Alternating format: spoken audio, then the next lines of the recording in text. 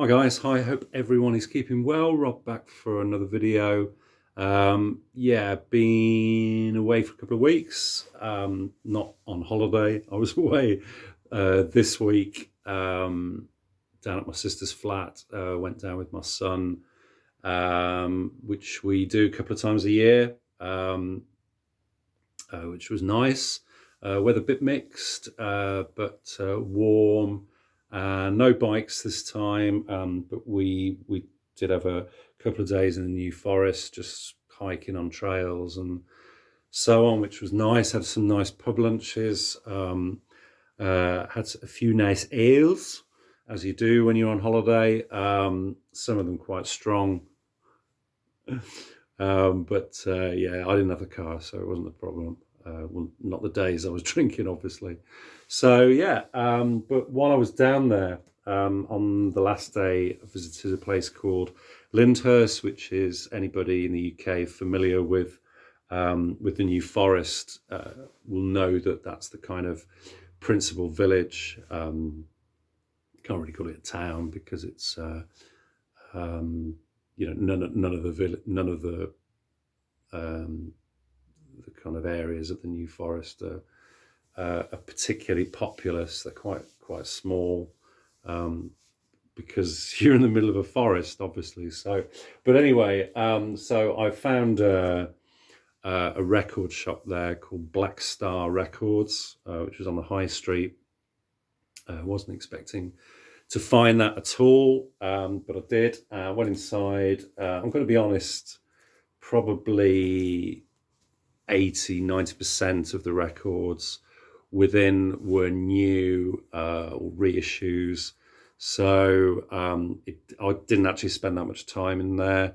There was about 3 or 4 bins of used vinyl, which didn't take me long to go through. Some soundtracks, but nothing particularly that really stirred the imagination enough for me to want to buy them. So I just picked up a couple, but yeah, one of them on my want list, sort of collection filler. I had heard it but never owned it. So this is Crown of Creation. Jefferson Airplane, of course. It's their 4th studio album from 1968. This is a German reissue. The laminate cover on RCA, probably from early 70s, I guess. That was really cheap. I think paid £8 for this, which is, I think, a pretty good price. Yeah, and some great tracks on this. Open a Lather, the Grey Slick song, I've always really enjoyed. Great, sort of mysterious balladic opener. They do a great version of David Crosby's song Triad, which I really enjoy. So, and obviously you've got the sort of magnificent title track as well. Yeah, just a really nice find for a decent price. Okay, now this one, I think this is only probably the second time I've ever seen this in the wild. I remember this band from back in the late 80s, early 90s. I couldn't recall the songs, although I think I knew the single off it. But it was cheap, so I was pleased to pick it up. So this is Ultra Vivid Scene, and this is their album Joy, 1967 to 1990. So this is their second studio album. Yeah, and this is a band that was fronted by a guy called Kurt Ralsk. I think he self-produced and wrote his first album, and then sort of obviously this was more of a band effort. It's produced by Hugh Jones, who worked with The Damned and Echo and the Bunnymen. So yeah, I mean, it's on the 4AD label. And there was kind of some interesting acts on that label. Probably for me, most noteworthy were the Pixies and Lush. Yeah, I was pleased to pick this up because, as I say, I think this is only the second time I've actually seen this in the wild. So yeah, I think the singles on this were Staring at the Sun and Special One, which also includes vocals by label mate Kim Deal, who's of course the bass player in the Pixies and then later the Breeders. So yeah, pleased to get that. And it's in lovely mint condition. It was actually in a shrink wrap, which I took off because it was crushing the sleeve.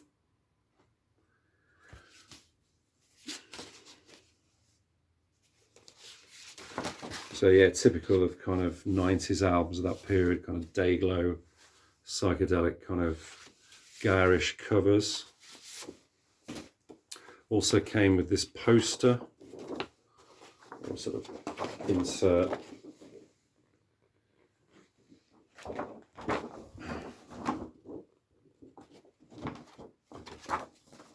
It's kind of nice to have.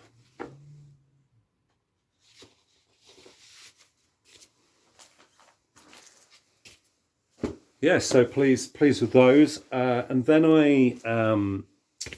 I visited Ben's yesterday and picked up 5 records. One of them was a freebie, which I'm going to show now. So I walked through the door and he says, "Oh, you're a Peggy Lee fan, aren't you?" He says, "You got that one?" And I said, "No, I hadn't got it at all." Apparently there's no value in it at all, as is with a lot of Peggy Lee albums, I think, apart from sort of Black Coffee and some of her more kind of noteworthy 50s releases. This, I've never heard this before. This is a late album, very late in a career, from 1977, just simply called Peggy. There's Peggy looking demure on the back there. Yeah, and sort of some sort of 70s kind of hits that she does version of Misty, and interesting, the version of I'm Not in Love, Stuart Gouldman, 10cc classic single. So yeah, nice to have as a freebie on Polydor. Okay, and then he was actually, I think he's Ben's stripping down some of his record collection, so just making room for stuff that he's either got doubles of or doesn't really need to listen to anymore. Some I think that he's got original copies of as well. This is one reissue that I've really struggled to get an original of. So this is Bert Yan and LA Turnaround.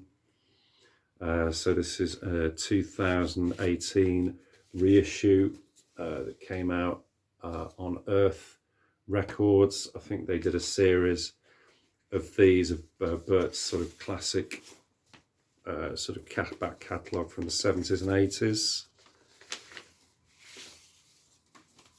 And this is on blue vinyl.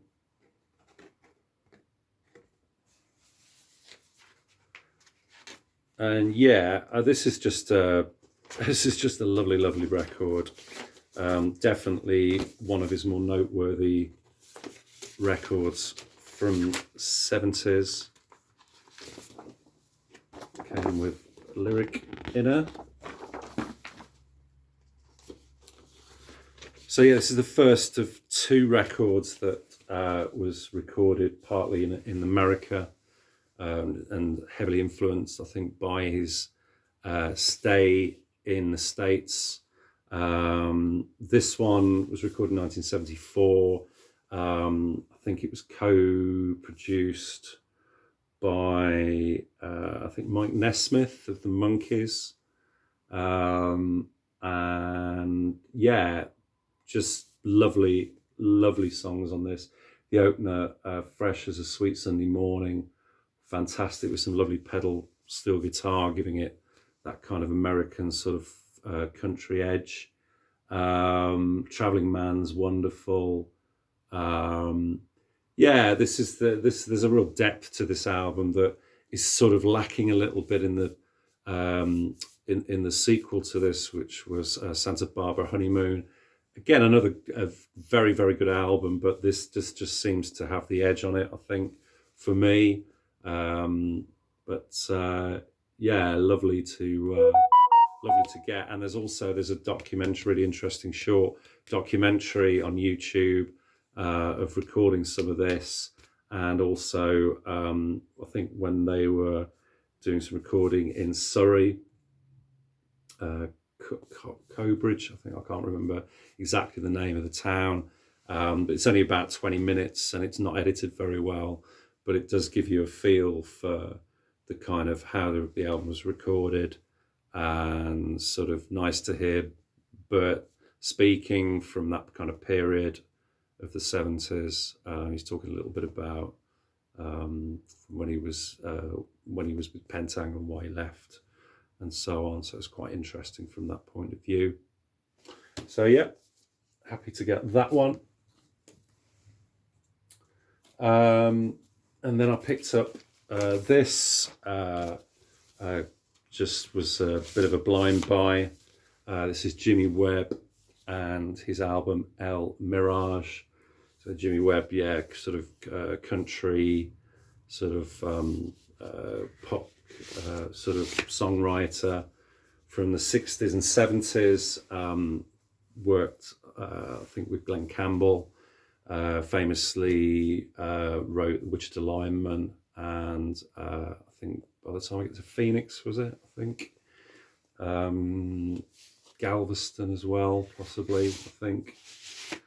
So yeah, this is a record I'm unfamiliar with, but it's quite sort of a bit funked up by all accounts. Produced, arranged, conducted by George Martin. So yeah, I thought it was worth picking up. Wasn't expensive, and yeah, just be a nice listen. Some interesting musicians on this. We got Lowell George from Little Feat, drums Nigel Olsson from Elton's band, Jim Gordon, Dean Murray again from Elton's band, David Hungate, Larry Netchell. So yeah, some great session musicians and so on, sort of luminaries of that time. So yeah, I'm tipping that's going to be a decent listen. So yep, that's Jimmy Webb and his 77 album El Mirage. Okay, another complete blind buy. Knew nothing about this group at all. It caught my eye just because it looks like a kind of, they look like a sort of new wave band from the late 70s. And it was really, really cheap, so I thought I'd take a punt on it. This is a US power pop group called The Pop from 1979, and this is their album Go. This is apparently their first, I think, and last album when they signed to a major label of Arista. By all accounts, there's very little I can actually find about them on Wikipedia, but they apparently, by all accounts, their first album was much rawer than this from 1977. Much more kind of Stooges, Iggy-like, sort of heavier guitars. I think this, from what I can gather from some reviews, was being pushed far more. The record company was trying to push them far more towards kind of the sound of the Cars, a kind of smoother, sort of post-punk sound. Yeah, I haven't actually got around to spinning it yet, but it sounds an intriguing listen anyway. So apparently the drummer David Robinson was playing with the Modern Lovers,